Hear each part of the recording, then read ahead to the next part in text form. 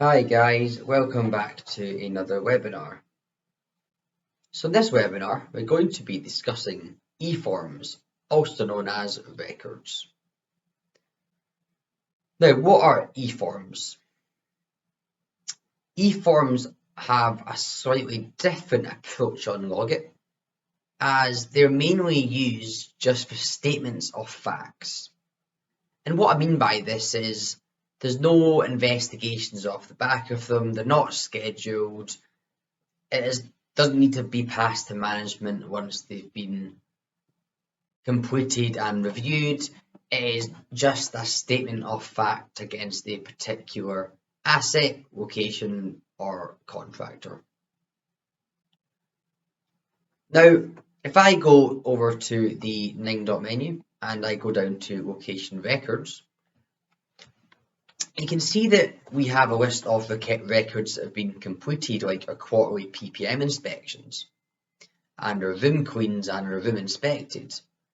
So the most common use of a record is to link the records to a smartboard or a calendar, because that is what we use to link a form to a calendar. It needs to be created as a record first, and once the record's created, we can link it as a calendar. And you'll see if I click on already created location record, all it is a statement of fact against a particular room. So for example, date PPM completed. So what this means is that when we input a date of a PPM completion, as this is linked to a particular room, which is room 101, as soon as we enter this information against the room on the record, it will automatically recalculate the next inspection date because it's linked to a smartboard, and we pull through the location properties onto a form. But it can be used for many different types of things. Records still very much have a place within Logit, mostly used for calendars and smartboards, but they're actually great for some stuff like guest feedback. The reason for that is guest feedback is just a statement of fact or an opinion that the guest can leave against your business. And this just means that they can submit a record, it's passed to yourself for review, and you can do as you wish with that particular feedback that you received. Now, like always, if I want to create a record, I need to go to the 3 dots beside my name and to the configure portal. Once I'm in the configure portal, as we know that if I'm creating any workflow, whether that is a record, a check, a request, a logbook, we always need to start with creating a form. So I'm going to create a form to show you how creating a record works. And I'm going to name this form guest feedback example. Order can be left the organisation as it's been used company-wide for myself. The department, so please note when you're creating a record, you need to select a department for the record to be completed at. I'm going to do admin and management. Confirm if it's going to be done against a location, an asset, a document, a contractor. So an asset record tends to be, again, if you are linking a particular record to a calendar, and that calendar is pulling through statutory compliance, which has been created as assets. Document and contractor, again, most of the time the usage of records when they're contractor or document records is when we're linking a document or a contractor to a calendar to pull through stuff like liability insurance dates or next health and safety document, next due date. I'm going to leave it at location as I want to do guest feedback. Again, you need to confirm which entity it's going to be completed at for a record. If you don't select this, then it won't pull through as a record. Confirm the timestamp, and if you're happy with the rest of the settings, click create. Once it's been created, you can do add section, and when you've added a section, and you're happy that you're going to go with a checkbox, a general question or repeating section, click create. Now we want to type in, create some questions. So this could be, name. Another one could be, back. And we can just either mandatory or non-mandatory quickly. Attach any documents that you wish, update your settings. Once you're happy with your form, we can then turn this form into a record. To do so, head down to the records module within the config, select add records, input your form name, confirm the department and the form that you want to pull through. Complete the entity that needs to be completed at. Again, please note that if your department or entity that you have advised on your form doesn't match the department and entity that you have advised here, then you won't be able to select this form.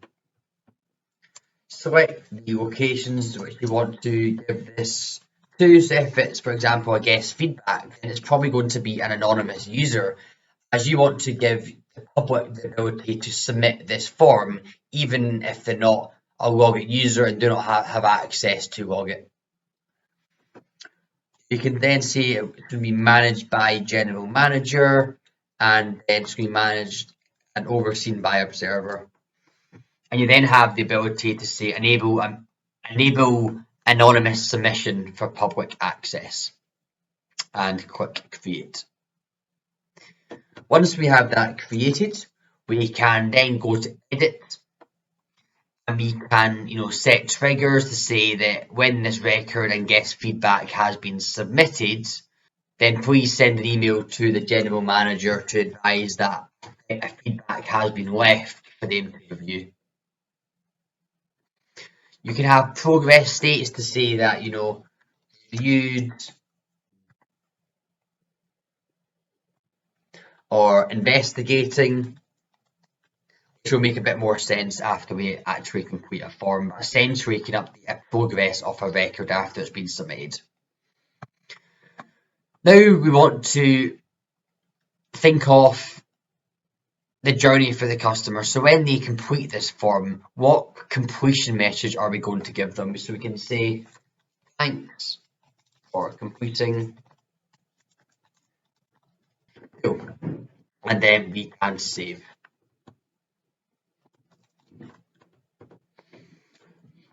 Once that's been saved, we then have the ability to generate this QR code.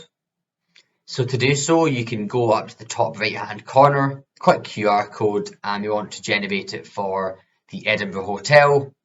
Confirm if it's going to be private, i.e. can only be accessed from internal users or Logit users, or public, can be accessed by anyone as long as they have access to this QR code.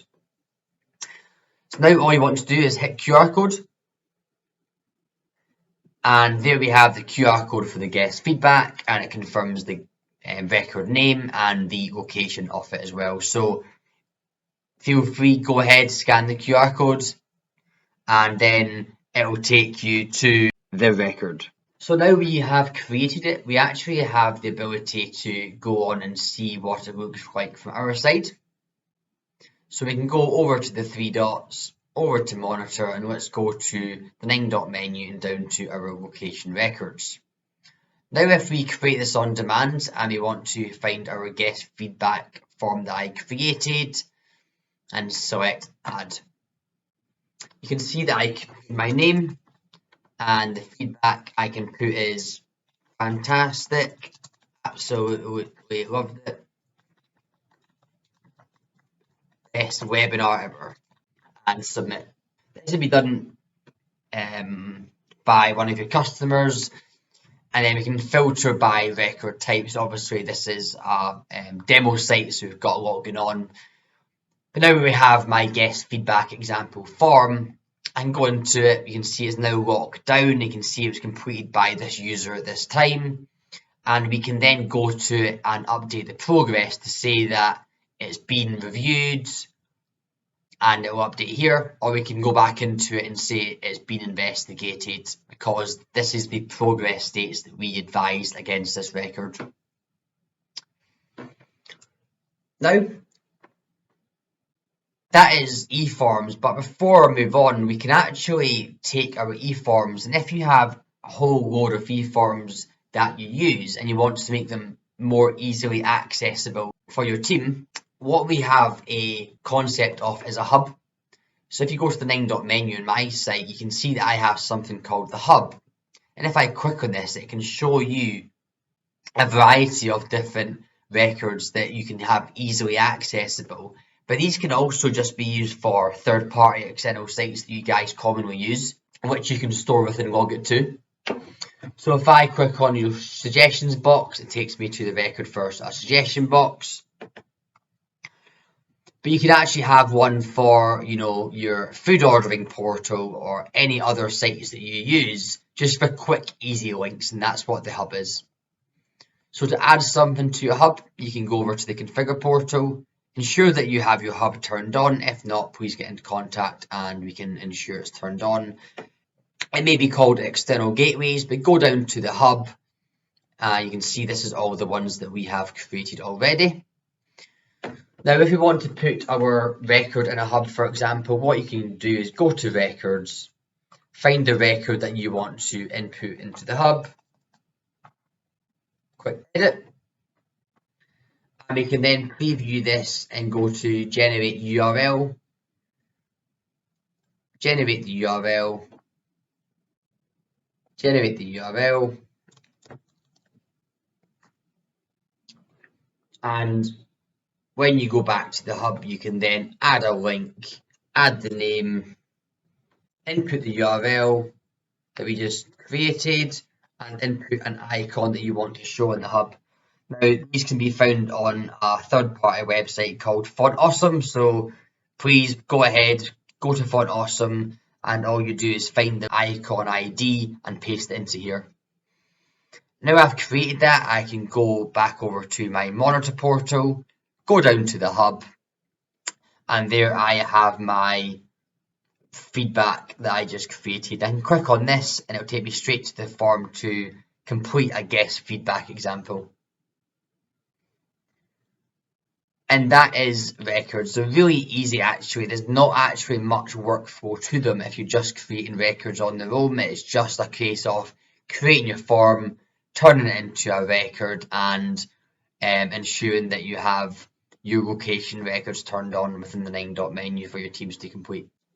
So thank you so much for joining me today on this webinar. I hope you learned what a record was and how you create them, and hopefully you found that pretty straightforward and you can go ahead and crack on from your end. Have a fantastic day, guys. I'll see you on the next one.